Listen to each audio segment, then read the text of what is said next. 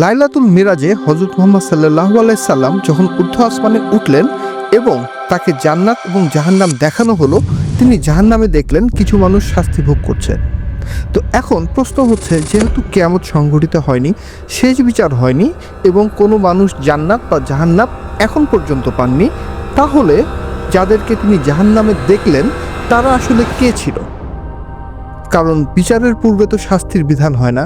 আবার হযরত মুহাম্মদ সাল্লাল্লাহু আলাইহি সাল্লামকে যা দেখানো হয়েছে তাও কিন্তু স্বপ্নও ছিল না, তা ছিল বাস্তব। তাহলে আসলে ঘটনাটা কি হয়েছিল? আজকের ভিডিওতে আমরা চেষ্টা করব জানতে যে অ্যাকচুয়াল বিষয়টা কি। যদি অ্যাকচুয়াল বিষয় আমরা নাও জানতে পারি, সেক্ষেত্রে আমরা জানার চেষ্টা করব হাদিস বা কুরআনে কি বলা হয়েছে, অথবা হাইপোথিসিস কি বলছে। তো চলুন আজকে আর দেরি না করে শুরু করা যাক।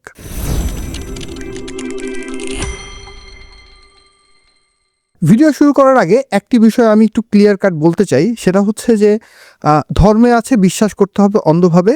এই বিষয়ে যদি কেউ এগ্রি করেন বা এইটার যদি পক্ষে কেউ থাকেন, তাহলে তাকে সেলুট জানাই, তার জন্য এই ভিডিওটি না। আমরা ভিডিও বানাচ্ছি বা ভিডিও করছি এখানে সত্যের অনুসন্ধানের জন্য। শুধুমাত্র অন্ধভাবে ধর্মবিশ্বাস যদি আপনার ইচ্ছা থাকে, আমাদের রেসপেক্ট আপনার জন্য থাকবে। সেক্ষেত্রে এই চ্যানেলটি বা এই ভিডিওটি আপনার না দেখাই ভালো। তো যেটা আমরা বলছিলাম যে লাইলাতুল মেরাজে হযরত মুহাম্মদ সাল্লাল্লাহু আলাইহি সাল্লাম যখন ঊর্ধ্ব আসমানে উঠলেন এবং আল্লাহর সাথে সাক্ষাৎ লাভের জন্য গেলেন এবং ওখানে 5 ওয়াক্ত নামাজ সহ বেশ কিছু নির্দেশনা নিয়ে আসলেন, তার আগে তাকে কিন্তু জান্নাত এবং জাহান্নামের সফর একটা করানো হয়েছিল, সো দ্যাট উনি পৃথিবীতে ব্যাক করে ওনার যে উম্মত আছে তাদেরকে যাতে আরও ভালোভাবে বিষয়গুলো বলতে পারে। তো এখন কথা হচ্ছে যে উনি যখন দেখলেন যে জাহান্নামের ভিতরে কিছু মানুষ শাস্তি পাচ্ছে, যদিও আসলে এখন পর্যন্ত কিয়ামত বা সেই বিচার কিছুই হয়নি, তাহলে ওই মানুষগুলো কারা? এখন আরেকটা বিষয় এখানে আমরা একটু বলি, সেটা হচ্ছে দেখেন, মানুষ মারা যাওয়ার পরে তার বডি কবরে শায়িত করা হয় এবং রুহকে বারজাখে পাঠানো হয় এবং রুহকে আবার কবরের ভিতরে বডির ভিতরে দিয়ে দেওয়া হয়। তারপরে কবরের যে আযাব সেগুলো সংঘটিত হয়, মুনকার নাকির আসে, সওয়াল জবাব করে। তারপরে বেসড অন দেয়ার ডুইংস একটা জান্নাত অথবা জাহান্নাম থেকে একটা টানেলের মতো তৈরি করে দেওয়া হয়, যেখান থেকে সে জান্নাত অথবা জাহান্নামের একটা ফিল তারা পায়। বাট অ্যাকচুয়াল জান্নাত বা জাহান্নাত কিন্তু তার শুরু হয়ে যায় না, সেটা শুরু হয়ে যাবে সেই বিচারের পরে, যখন আল্লাহ তাআলা ন্যায় বিচার করবেন, পুঙ্খানুপুঙ্খভাবে বিচার করবেন তারপরে। তো প্রশ্ন হচ্ছে, তাহলে যাদেরকে দেখলো তারা কারা? এটা নিয়ে আসলে যখন আপনি গুগল করবেন বা কুরআন হাদিসে দেখবেন অথবা কোনো বড় স্কলারকে জিজ্ঞেস করবেন, তারা বলবেন যে এটা আল্লাহর ইচ্ছা, আল্লাহ ইচ্ছার উপরে তো আর কোনো প্রশ্ন নাই। এখানে একটা বিষয় বলা রাখা ভালো, যে সেদিন আমি একটা ভিডিও দেখছিলাম, ভিডিওতে বলা আছে এরকম যে গ্যাপ অফ গড বলে একটা টার্ম আছে।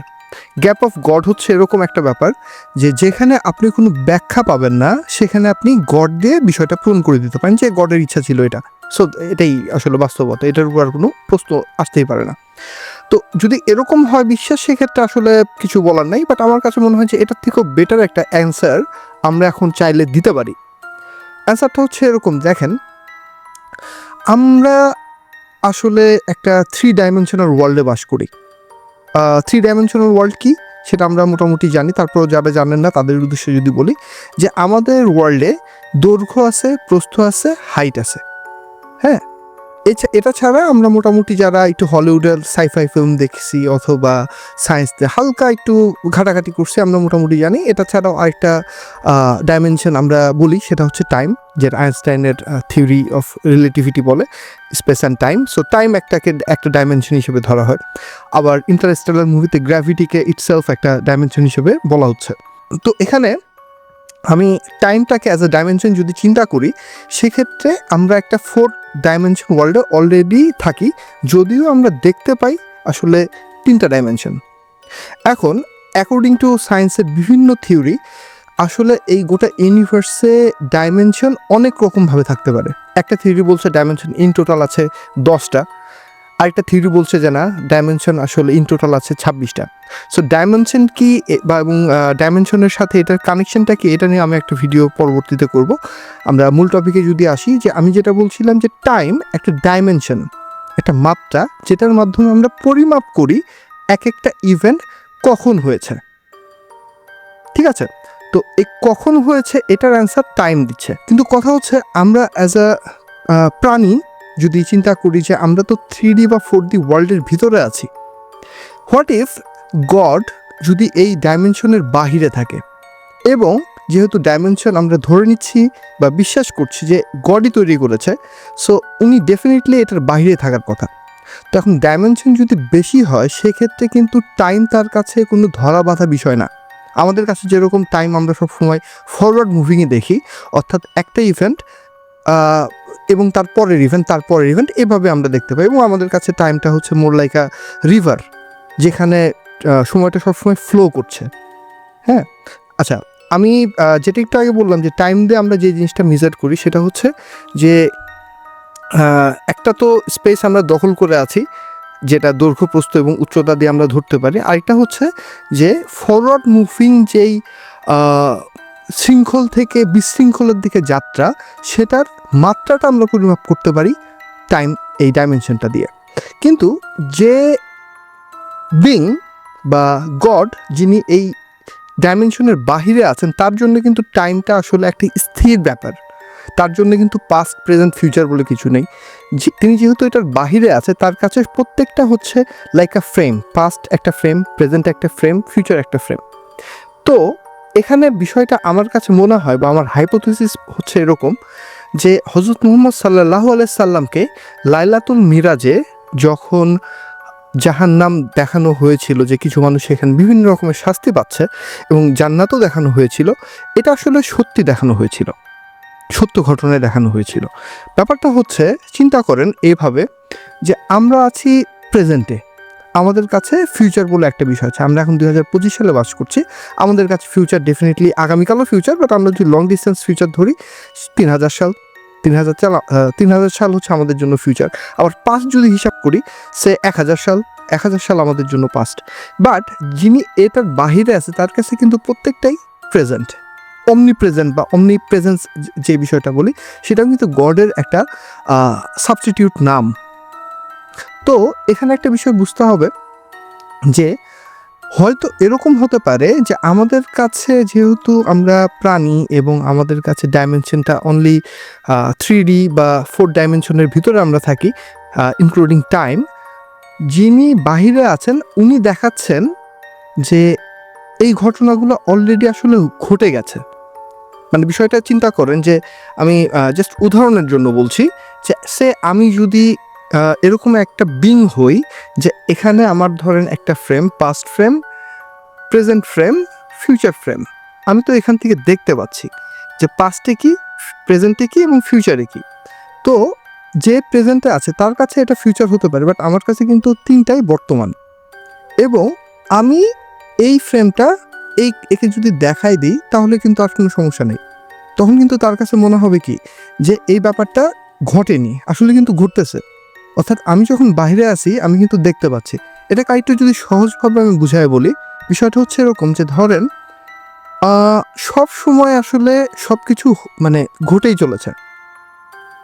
ধরেন আমার একটা স্বরূপ যে 2025 সালে আছে, একটা স্বরূপ আমি যদি মানে আল্লাহ যদি আমার সে আয়ু রাখে, আমার যদি হায়াত রাখে, সেই ক্ষেত্রে সে আমি 2050 সাল পর্যন্ত বেঁচে আছি।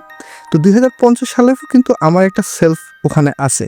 হ্যাঁ, প্রত্যেকটা ফ্রেমকে যদি আমরা আলাদা আলাদা ধরি, সিন্স আমি 1995 সালেও কিন্তু আমার একটা ফ্রেম আছে, একজন বিং কিন্তু আছে। তো প্রত্যেকটা যদি আলাদা আলাদা হয় সেক্ষেত্রে কিন্তু প্রত্যেকটা জায়গায় আমি নোভেল আছি, প্রত্যেকটা সালেই কিন্তু আমি আছি। তো আমার যে ফিউচার সালটা, যেহেতু গডের কাছে পাস্ট, প্রেজেন্ট, ফিউচার বলে কিছু নেই, বা থাকলেও তিনি সব কিছু জানেন, সো ফিউচারের আমি কোন জায়গায় আছি সেটা কিন্তু সে আগে থেকেই জানে, এবং যেহেতু জানে সেহেতু হযরত মুহাম্মদ সাল্লাল্লাহু আলাইহি সাল্লামকে তার জন্য দেখানো খুব বেশি কঠিন কিছু না। অর্থাৎ বিষয়টি এরকম যে সব সময় আসলে সবাই জান্নাত অথবা জাহান্নামের ভিতরে অলরেডি আছে। বিষয়টা হচ্ছে যে যেহেতু পাস্ট, প্রেজেন্ট, ফিউচার নেই, সব কিছু আসলে অলরেডি আছে। আমার জন্য এটা ফিউচার, কিন্তু যে ফিউচারের আমি আছি তার জন্য সেটা তো ফিউচার না, তার জন্য সেটাই বাস্তব বা প্রেজেন্ট। তো এরকম একটা জায়গা থেকে যদি আমরা চিন্তা করি এবং ব্যাপারটাকে যদি আমরা একটা ইনফিনিটির সাথে কল্পনা করি, যে একটা ইনফিনিটি যখন চলতে থাকে একটা লুপের মতো চলতে থাকে, অর্থাৎ আমি যখন ফিউচারে যাচ্ছি, ফিউচারের আমি তখন তারও ফিউচারে যাচ্ছে, এই যে লুপটা এটা কিন্তু চলতে আছে, এবং যখন এটা চলতে থাকবে কেউ না কেউ সবসময় আসলে জান্নাত বা জাহান্নামের মধ্যেই আছে। আমি হয়তো দেখতে পাচ্ছি না, দ্যাট ডাজন্ট মিন যে আসলে এটা হচ্ছে না। এটা একটা আমার জাস্ট হাইপোথেসিস যে অলরেডি কিয়ামত, অলরেডি শেষ বিচার সব কিছু আসলে হয়ে গেছে ওই ফ্রেমের জন্য যে আমার একদম এক্সট্রিম ভবিষ্যতে আছে, আমার কাছে হয়নি। তো এই ছিল মোটামুটি আমার আজকের টপিক। তো আমার হাইপোথেসিসটা হচ্ছে যে হযরত মুহাম্মদ সাল্লাল্লাহু আলাইহি সাল্লাম যা দেখেছেন সেটাও বাস্তব, এবং যেহেতু আমাদের বর্তমান সেলফের কাছে সেই বিচার হয়নি, এটাও আসলে বাস্তব। বাট এটার মধ্যে একটা যোগসূত্র হতে পারে টাইম ফ্রেমটা বা টাইম ডাইমেনশনটা। তো আমার হাইপোথেসিস হচ্ছে যে আসলে সব কিছুই একটা লুপের মতো চলছে, এবং সব কিছুই আসলে অ্যাট প্রেজেন্টই হচ্ছে, অর্থাৎ অলরেডি কেয়ামত, অলরেডি সেই বিচার আসলে হয়ে গেছে, জান্নাত জাহান্নামও পেয়ে গেছে, কালা পাইছে, আমার একেবারে এক্সট্রিম যে ফিউচার আছে সে। তো এই ছিল মোটামুটি আজকের ভিডিও। সো আপনার মতামত আপনি কমেন্টে জানাতে পারেন, রেসপেক্টফুলি যদি আপনি জানান, আমি চেষ্টা করব যে আপনার প্রশ্নের রিপ্লাই দেওয়ার জন্য। তো সবাইকে ধন্যবাদ। ভিডিওটি ভালো লেগে থাকলে সাবস্ক্রাইব করতে পারেন, লাইক দিতে পারেন। তো আসসালামু আলাইকুম।